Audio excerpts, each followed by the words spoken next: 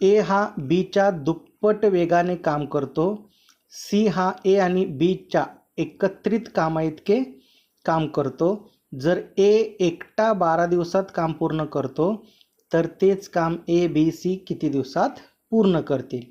आता ए हा बीच्या दुप्पट काम करतो म्हणजे यांच्या वेगाचं गुणोत्तर किती आलं, 2:1.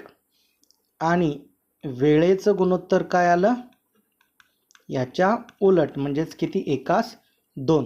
पुढे काय म्हटले, सी हा ए आणि बीच्या दोघांच्या एकत्रित कामाइतके काम करतो. म्हणजे ए किती काम करतो एका दिवसात, 2, आणि बी किती करतो, 1. म्हणजे सीचा वेग किती आला, दोघांच्या वेगा इतका म्हणजे 2 + 1 3. बरोबर. आता ए एकटा किती दिवसात काम करतो, 12 दिवसात काम करतो.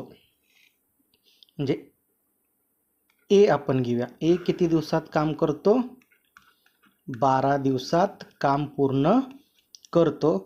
तर काम बरोबर वेग गुणुले वेळ.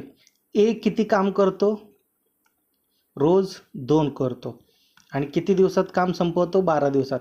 म्हणजे काम किती आलं, 24. आता हे 24 जे काम आहे ते समानच आहे सगळ्यांना. ते 24 काम कोण कोण करणार आहे, ए करणार आहे, बी करणार आहे आणि सी पण करणार आहे. म्हणजे एचा वेग 2, बीचा वेग 1 आणि सीचा वेग 3. टोटल किती झाले, 6.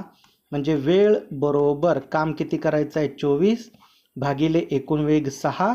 म्हणजे ते किती दिवसात काम पूर्ण करतील, 4 दिवसात काम पूर्ण करतील. नेक्स्ट.